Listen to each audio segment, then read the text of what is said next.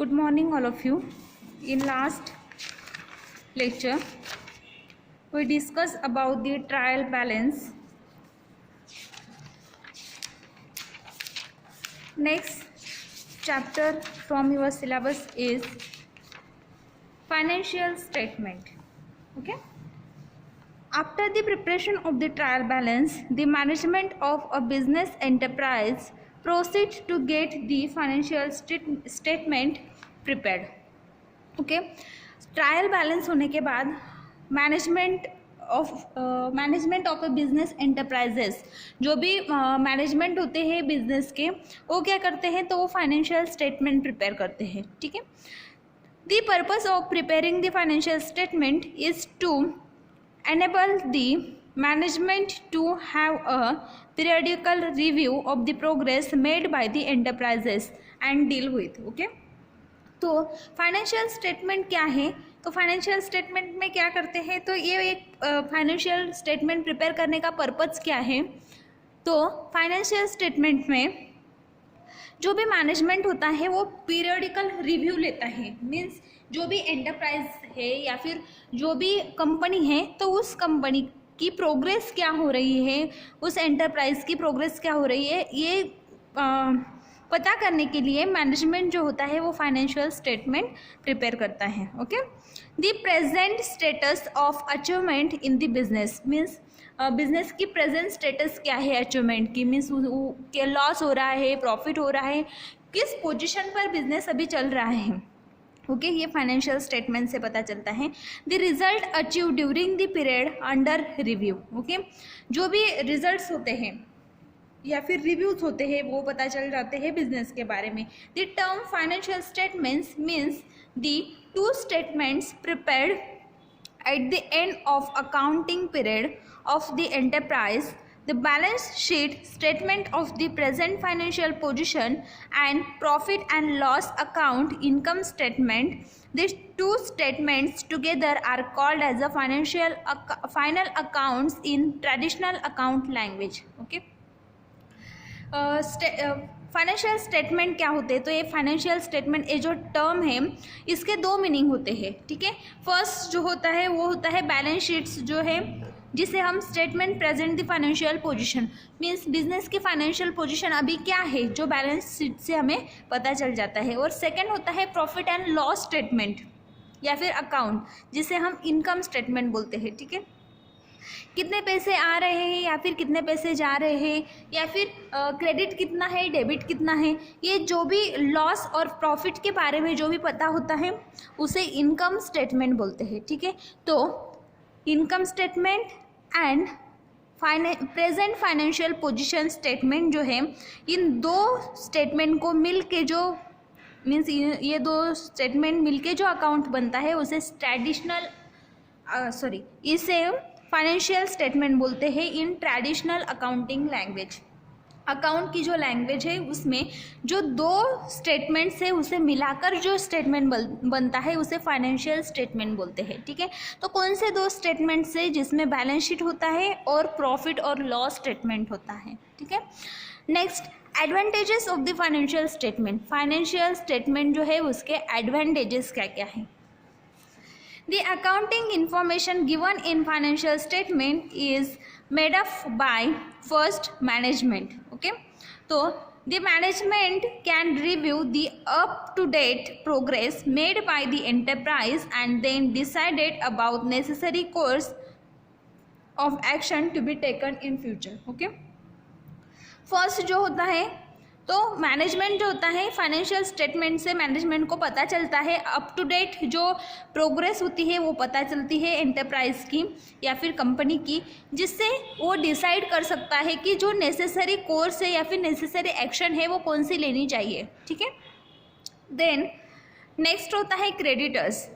The creditors can decide about extending, maintaining और restricting the flow of their credit to the business. Okay जो creditors होते हैं उनको पता चलता है कि उन्होंने जो भी उनके पैसे इन्वेस्ट किए हुए हैं उनको एक्सटेंड करना चाहिए, मेंटेन करना चाहिए या फिर रेस्ट्रिक्ट करना चाहिए।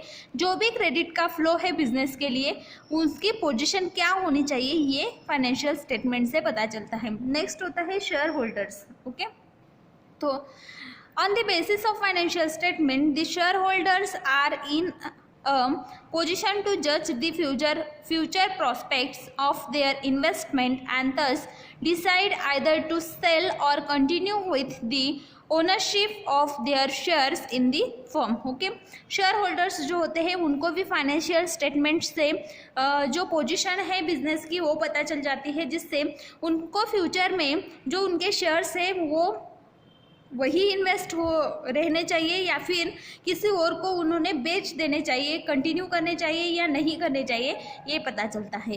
देन नेक्स्ट आता है employ unions. Okay, the employ group और unions can find out the present financial conditions of the firm from the financial statement and are thus able to decide whether the firm is in the position to pay higher wages, bonus etc. जो भी unions होती है, employee unions जो होती है, तो या फिर उनके जो ग्रुप्स होते हैं उनको भी फाइनेंशियल स्टेटमेंट से पता चलता है कि उनको बोनस मिल सकता है या नहीं मिल सकता, उनको हायर वेजेस मिल सकते हैं या नहीं मिल सकते, या फिर जो भी कंपनी की पोजीशन है उसके बारे में उनको पता चलता है। ठीक है, next limitations of financial statement. The profit shown in profit and loss account and the financial positions revealed by the balance sheet cannot be exactly true since these statements are only interim report. The exact financial position of the business can be known only when the business is either liquidate or solid. Limitations क्या है financial statement के? Advantages देखे हमने कि financial statement में management जो होता है या फिर शेयर होल्डर्स जो होते हैं, क्रेडिटर्स जो होते हैं या फिर एम्प्लॉय यूनियंस जो होते हैं उनको क्या फ़ायदा होता है या फिर फाइनेंशियल स्टेटमेंट प्रिपेयर करने के क्या एडवांटेजेस है। ओके, नाउ नेक्स्ट आता है लिमिटेशंस। फाइनेंशियल स्टेटमेंट जो हम बनाते हैं या फिर अकाउंटिंग में जो भी फाइनेंशियल स्टेटमेंट हमें मिलता है, लॉस या फिर प्रॉफिट स्टेटमेंट हमें मिलता है, तो उसके लिमिटेशंस क्या है। ओके, तो जो भी प्रॉफिट या फिर लॉस अकाउंटिंग में या फिर फाइनेंशियल स्टेट में हमें पता चलता है, फाइनेंशियल स्टेटमेंट में हमें पता चलता है, उससे बैलेंस शीट्स जो होते हैं वो प्रिपेयर करने में हेल्प होती है। Then exact financial position of the business जो होती है वो भी हमें नोन होती है, लेकिन the exact financial position of the business can be known only when the business is either liquidate or sold. Okay, means अगर कोई जो माल है वो परचेज कर रहा है या फिर किसी को बेच रहा है तभी हम ये जो फाइनेंशियल रिपोर्ट है वो बना सकते हैं, अदरवाइज हम जो रिपोर्ट है वो नहीं बना सकते। मीन्स अगर कोई अकाउंट है उसमें से डेबिट हो रहा है और किसी अनदर अकाउंट में क्रेडिट हो रहा है तभी हम फाइनेंशियल स्टेटमेंट बना सकते हैं। अगर कोई बिजनेस है जिसमें जो भी मनी है, मनी का ट्रांसफ़र नहीं हो रहा है, तो जो रॉ मटेरियल है या फिर जो प्रोडक्ट्स है उसका ट्रांसफ़र हो रहा है, तो उसका हम फाइनेंशियल स्टेटमेंट नहीं बना सकते। देन नेक्स्ट आता है the balance sheet is affected by various factors. जो भी बैलेंस शीट होता है वो अलग अलग फैक्टर्स से अफेक्ट होता है, like fix assets, going concern concepts and conversation like conservatism and consistency. As such, the balance sheet does not reveal the exact financial position of the concern as in claim by it. Okay, तो balance sheets जो होता है वो various factors जो होते हैं, like जो भी फिक्स एसेट्स होते हैं, गोइंग कंसर्न कॉन्सेप्ट्स होते हैं, उससे अफेक्ट होता है। बैलेंस शीट अफेक्ट होगा तो जो फाइनेंशियल स्टेटमेंट है वो भी अफेक्ट होगा। ओके, ये भी एक लिमिटेशन है। नेक्स्ट पॉइंट आता है many items in financial statements are influenced by personal judgement. Okay, financial statement के जो पॉइंट्स होते हैं वो भी पर्सनल जजमेंट के हिसाब से थोड़े चेंज होते हैं, इन्फ्लुएंस होते हैं, तो उससे भी फाइनेंशियल स्टेटमेंट चेंज हो सकता है। Hence the quality of statement therein depend on the competence and integrity of those who prepared it. Okay, तो इससे क्या हो सकता है, लाइक जो पर्सनल जजमेंट है उसके हिसाब से अगर फाइनेंशियल स्टेटमेंट में कोई आइटम्स चेंज हो रहे हैं या फिर इन्फ्लुएंस हो रहे हैं, तो जो भी प्रिपेयर करने वाला जो पर्सन होता है उसकी इंटीग्रिटी या फिर कॉम्पिटेंस की वजह से वो चेंज हो सकता है, क्वालिटी जो है स्टेटमेंट की वो बदल सकती है. Okay, next point is financial statement records and reveal only those facts which can be expressed in term of money. okay, financial statement में हम वही रिकॉर्ड करते हैं जो मनी के टर्म्स में एक्सप्रेस होता है. अगर हमने रॉ मटेरियल या फिर कोई प्रोडक्ट्स है उसका एक्सचेंज किया हुआ है तो वो हम फाइनेंशियल स्टेटमेंट में रिकॉर्ड नहीं कर सकते. Other important information like working conditions of employ, administrative set of skill policies, sale policies of the company, quality of product introduced by the company, etc. find no mention in balance sheet. okay, employees की condition क्या, working condition क्या है, administrative set क्या है, या फिर cell के policies क्या है कंपनी के, क्वालिटी क्या है प्रोडक्ट की, ये बैलेंस शीट को अफेक्ट नहीं कर सकता या फिर ये सब हम बैलेंस शीट में मेंशन नहीं कर सकते. ओके, तो this is about the balance financial statement advantages as well as limitations. Advantages क्या क्या है फाइनेंशियल स्टेटमेंट के और लिमिटेशंस क्या क्या है. नेक्स्ट पॉइंट आता है profit and loss account. Profit and loss account. Profit and loss account reveals the net profit earned or net loss suffered by a firm in course of its business operations during the accounting period. It is prepared at the end of the financial year of the business. okay, profit और loss account क्या होता है, तो ये profit क्या earn किया है हमने और जो लॉस हुआ है या फिर जो भी एक्सपेंसेस है उसको हम काउंट करते हैं. और ये जो होता है अकाउंटिंग पीरियड में होता है, मीन्स जो भी अकाउंटिंग पीरियड है 1 ईयर का अकाउंटिंग पीरियड है तो 1 ईयर के बाद में फाइनेंशियल 1 ईयर के बाद में बिजनेस जो है वो प्रॉफिट और लॉस का जो अकाउंट है उसे चेक करेगा, या फिर जो भी उस कंपनी का या फिर उस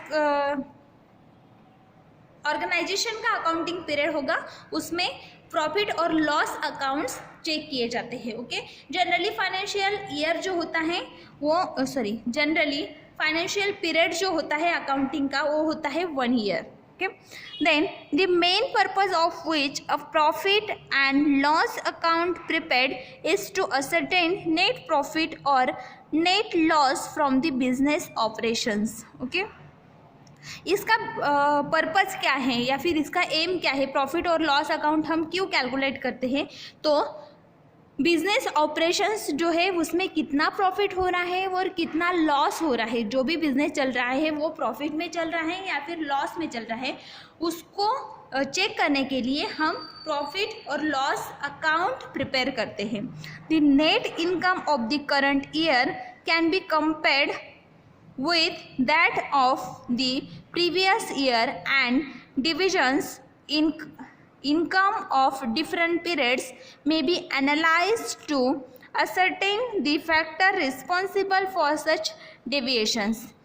Such an analysis is helpful in controlling expenses incurred in running the businesses enterprises in the sale of good and thus elimination wastage.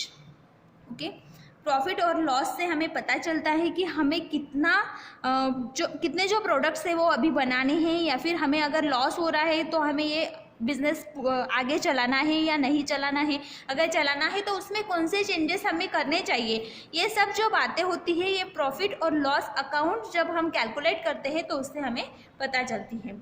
Next, preparation of profit and loss account. Preparation of profit and loss account. Profit और loss account जो है वो हम कैसे prepare करेंगे, on determination of gross profit और gross loss from the trading account, the gross profit is recommended on the credit side, and profit and loss account, the gross loss is recorded on the debit side of the profit and loss account. Okay, जो profit और loss account का जो भी statement होता है उसमें जो profit होता है उसे हम क्रेडिट साइड में रखते हैं और जो लॉस होता है उसे हम डेबिट साइड में रखते हैं. Okay, then after this the other incomes or gains such as rent received, interest received, commission earned, discount received are credited. Okay, जो भी मनी हम रिसीव करते हैं उसे हम क्रेडिटेड में रखते हैं और जो भी एक्सपेंसेस होते हैं, जो भी लॉसेस होते हैं या फिर जो भी सैलरीज होती है, रेंट होते हैं, एडवर्टाइजमेंट एक्सपेंसेस होते हैं बिजनेस के, या फिर प्रिंटिंग एक्सपेंसेस, स्टेशनरी एक्सपेंसेस, जो भी एक्सपेंसेस हो रहे हैं उसे हम डेबिट साइड में रखते हैं. ठीक है, जो भी पैसे हम दे रहे हैं, ठीक है, उसे हम डेबिट साइड में रखेंगे और जो हमें मिल रहे हैं उसे हम क्रेडिट साइड में रखेंगे. The grand total on both debit and credit sides are obtain. If the grand total on credit side is more than the debit side, it's shown the net profit. Okay.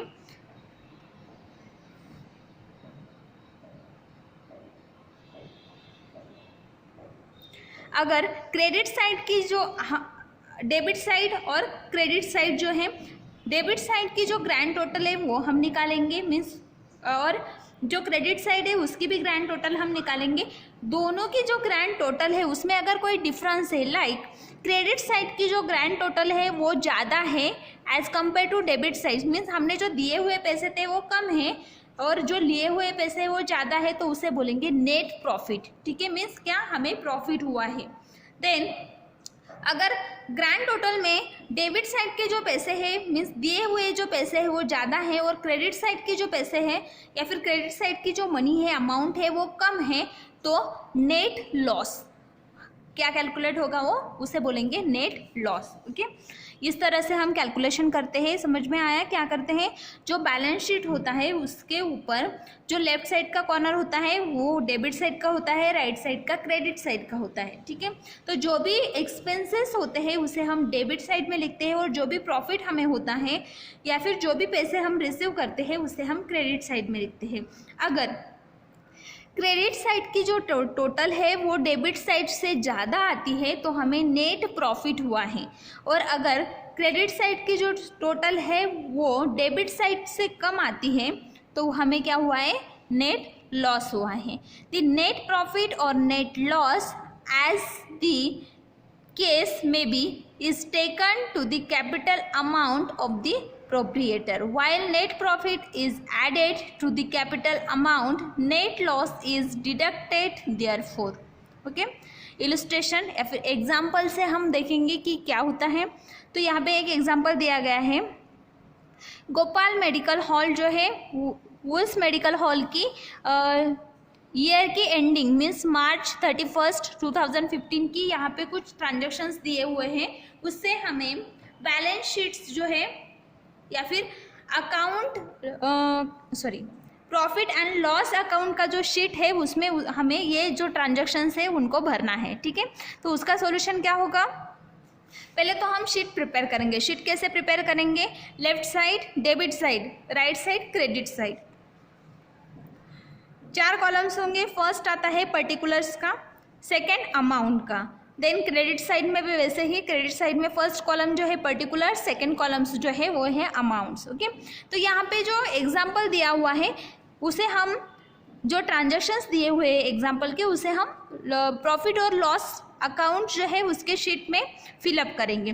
First जो है gross profit means हमें क्या हुआ है, profit हुआ है. Gross profit कितना है, 2,45,000, तो हम वो क्रेडिट में लिखेंगे. सेकंड है रेंट मीन्स पैसे हमने दिए हुए कितने हैं, 80,000, तो हम डेबिट में लिखेंगे.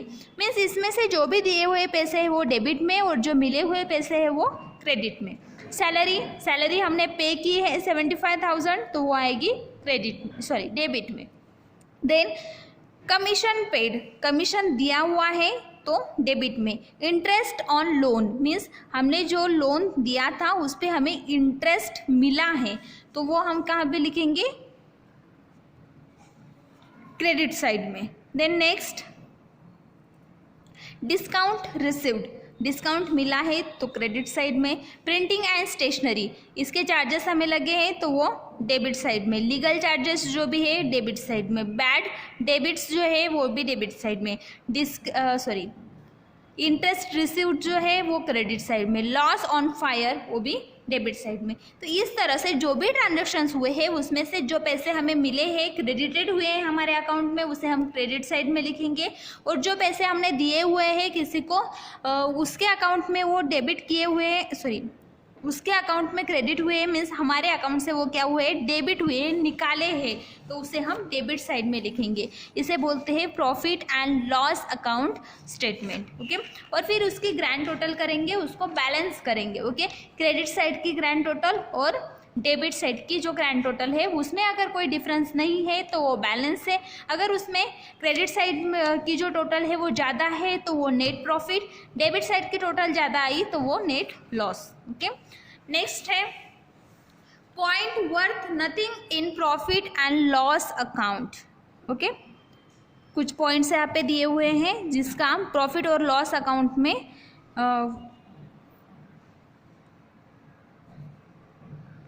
ओके, नेक्स्ट प्रॉफिट और लॉस अकाउंट में वो इंक्लूड किए जाते हैं। Various types of items are included in the profit and loss account. A detail description of some of this items is given below for better understanding as to how profit and loss account is prepared. Profit और loss account जब हम prepare करते हैं तो ये जो points होते हैं ये उसमें इंक्लूड किए जाते हैं।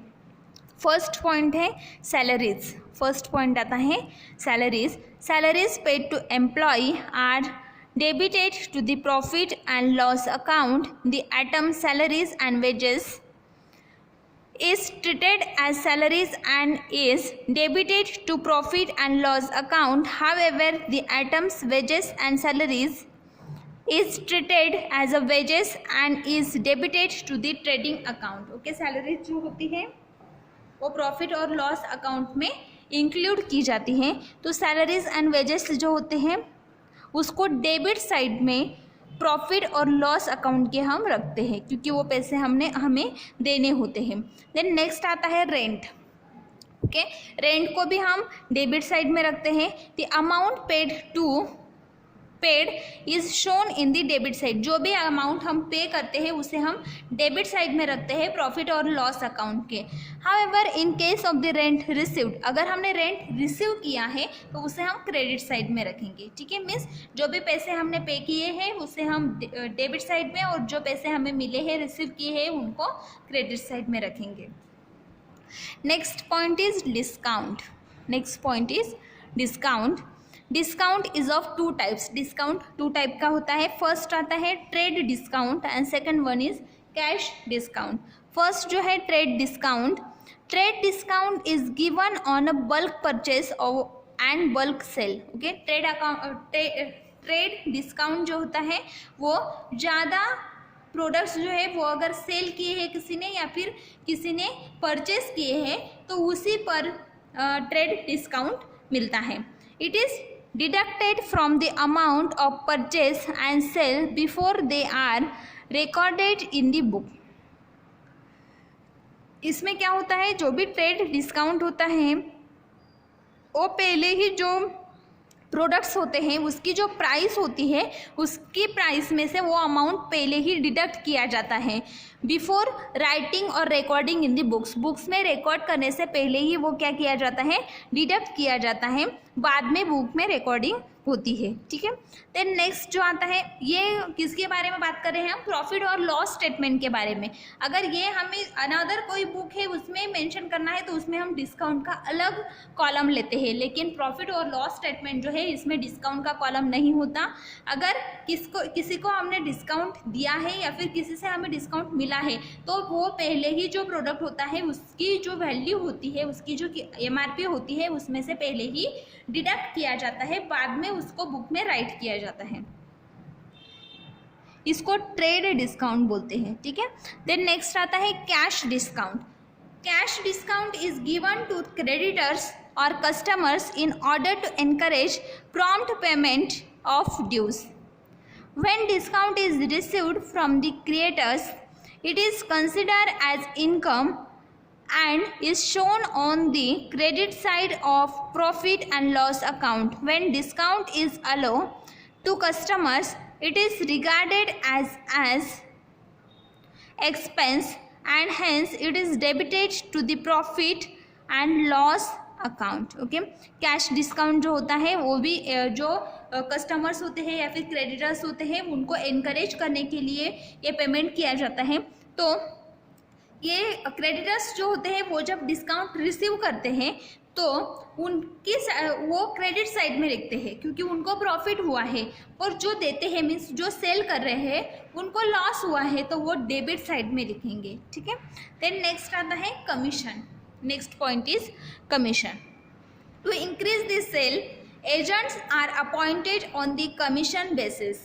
The commission so paid in and indirect expenses and is debited to the profit and loss account. The commission paid on the purchase of good is debited to the trading account.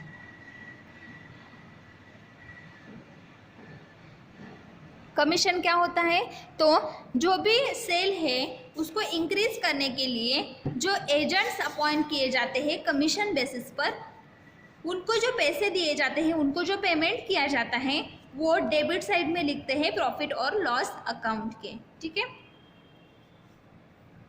Then next printing and stationeries. Printing and stationery include all expenses related to the printing bills, invoice, registers, files, letterhead, handbills, office stationery। ये सारी जो बातें आती हैं वो सब expenses हैं, means उनको भी हम डेबिटेड साइड में लिखेंगे प्रॉफिट और लॉस अकाउंट के। Next advertisement. Next point is advertisement.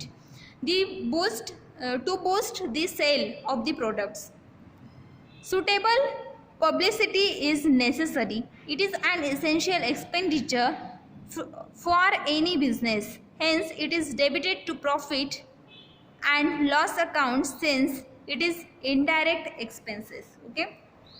Advertisement, अगर हमें सेल को बढ़ाना है तो सेल बढ़ाने के लिए एडवर्टाइजमेंट जो होती है वो ज़रूरी होती है, या फिर पब्लिसिटी करना ज़रूरी होता है उस प्रोडक्ट की, तो वो हम एडवर्टाइजमेंट से कर सकते हैं, या फिर अनदर कोई वे है जैसे हम उसके जो पोस्टर्स वगैरह होते हैं वो लगा सकते हैं, या फिर न्यूज़ चैनल पे उसको दे सकते, टीवी चैनल पे उसको दे सकते हैं, या फिर कोई भी जो भी एडवर्टाइजमेंट का मीडिया है वो अगर हम यूज़ करते हैं तो उसके लिए जो खर्चा लगने वाला है, उसके लिए जो भी एक्सपेंसेस लगने वाले हैं उसे हम डेबिट साइड में लिखते हैं प्रॉफिट एंड लॉस अकाउंट के।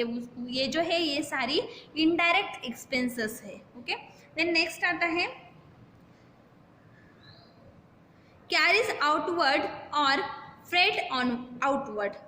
These expenses are incurred by way of transportation charges in respect of goods sold. It is treated as an indirect expenses and is debited to the profit and loss account. Okay, ये जो है means अगर हमें product जो है वो carry out करना है तो उसके लिए जो भी चार्जेस लगने वाले हैं, उसके ट्रांसपोर्टेशन के लिए जो भी चार्जेस लगने वाले हैं, तो उनको हम डेबिट साइड में लिखते हैं प्रॉफिट एंड लॉस अकाउंट के। Next bad debts. Okay, and irrecoverable debts is known as a bad debts. This is a loss items of business and hence appear on the debit side of the profit and loss account. Okay, अगर कोई ऐसे transactions हमसे हो गए हैं जो इनकवरेबल है, means वो पैसे हमें वापस नहीं मिल सकते, तो ऐसे जो बैड डेब्ट्स होते हैं उनको भी हम डेबिट साइड में लिखते हैं क्योंकि वो भी हमारा क्या है, लॉस है, तो उसे हम प्रॉफिट और लॉस अकाउंट के डेबिट साइड में रिकॉर्ड करेंगे। देन नेक्स्ट आता है repairs. Repairs to plants, machineries, buildings, etc. are indirect expenses and are therefore debit to profit and loss account. Okay, अगर कोई मशीनरी है वो ख़राब हो गई है तो उनको रिपेयर करना है, कोई बिल्डिंग रिपेयर करना है, कोई प्लांट रिपेयर करना है, तो उसके लिए लगने वाले जो भी एक्सपेंसेस है वो इनडायरेक्ट एक्सपेंसेस है, तो उनको भी हम डेबिट साइड में लिखते हैं प्रॉफिट और लॉस अकाउंट के। नेक्स्ट आता है drawings. Drawings represent money or goods withdrawn by the proprietor from business and his personal use. This is debited to the capital account. Example, premium paid on his life insurance policy is treated as drawings and is deducted from the capital account. It is not to be taken to profit and loss account. Okay, जो drawings होते हैं like अगर किसी ने personal use के लिए account में से कुछ पैसे निकाले हैं तो उसे बोलते हैं ड्राविंग्स। ओके, विड्रॉवन। तो ये जो भी होते हैं तो उनको प्रॉफिट और लॉस अकाउंट में रिकॉर्ड नहीं किया जाता। ओके, वो अकाउंट में से तो डिडक्ट हुए हैं लेकिन उनको प्रॉफिट और लॉस अकाउंट में राइट डाउन नहीं किया जाएगा, रिकॉर्ड नहीं किया जाएगा। नेक्स्ट आता है income tax. In case of the traders income tax paid is treated as the personal expenses. Income tax जो होता है उसे पर्सनल एक्सपेंसेस में रिकॉर्ड किया जाता है, therefore deducted from the capital account. जो भी कैपिटल अकाउंट है उसमें से ही वो डिडक्ट होते हैं, लेकिन प्रॉफिट और लॉस अकाउंट में उनको रिकॉर्ड नहीं किया जाता। पार्टनरशिप फॉर्म्स जो होते हैं income tax is debited to profit and loss account. Okay, अगर पार्टनरशिप में है कोई प्लांट तो उसमें वो प्रॉफिट और लॉस अकाउंट में डेबिटेड साइड में रिकॉर्ड किया जाएगा, लेकिन अगर पार्टनरशिप में नहीं है तो ये जो भी इनकम टैक्स वगैरह होता है वो पर्सनल एक्सपेंसेस में आता है, तो उसको प्रॉफिट और लॉस अकाउंट में एंटर नहीं किया जाएगा, रिकॉर्ड नहीं किया जाएगा। लॉस और gain on assets sold. Okay, sometimes a business enterprises may sell as a fixed asset such as a furniture, machinery, buildings, etc. in course of its business operations, and thus many incur or loss make profit on its sales. The loss on the sale as fixed assets is treated as a revenue loss and is debited to the profit and loss account. The profit made on the sale fixed assets is treated as a revenue gain and is credited to the profit and loss account. Okay, जो भी suppose factory में कुछ पुरानी machinery है या फिर कुछ furnitures है, बिल्डिंग्स है, वो अगर हम बेचते हैं, सोल्ड करते हैं, तो उसके ऊपर जो पुराने थे बेच दिया, उसके ऊपर अगर हमें प्रॉफिट मिलता है तो उसे हम क्रेडिट साइड में लिखेंगे, और अगर उसमें हमें लॉस होता है तो वो हम डेबिट साइड में लिखेंगे। नेक्स्ट आता है loss by fire and thefts. Okay, कोई ऐसी कंडीशंस आ गई जैसे फायर लग गई फैक्ट्री में या फिर कुछ भी हो सकता है, तो उसकी वजह से अगर कोई वेस्टेज होता है, उसकी वजह से अगर कोई लॉस होता है तो उसे हम डेबिट साइड में लिखेंगे, क्योंकि वो भी एक्सपेंसेस है, वो भी पैसे हमने पे किए हैं, तो उसके लिए जो भी लॉसेस होते हैं due to the environmental conditions या फिर कुछ भी हो सकता है, तो कोई भी कंडीशन की वजह से अगर कोई लॉस होता है कंपनी में तो वो डेबिट साइड में हम लिखेंगे। मीन्स जो पे किए हुए पैसे हैं वो डेबिट साइड में, और जो मिले हुए रिसीव किए हुए मनी होते हैं उसे हम क्रेडिट साइड में लिखेंगे। ठीक है, नेक्स्ट आता है बैलेंस शीट, वो हम नेक्स्ट लेक्चर में देखेंगे। Thank you.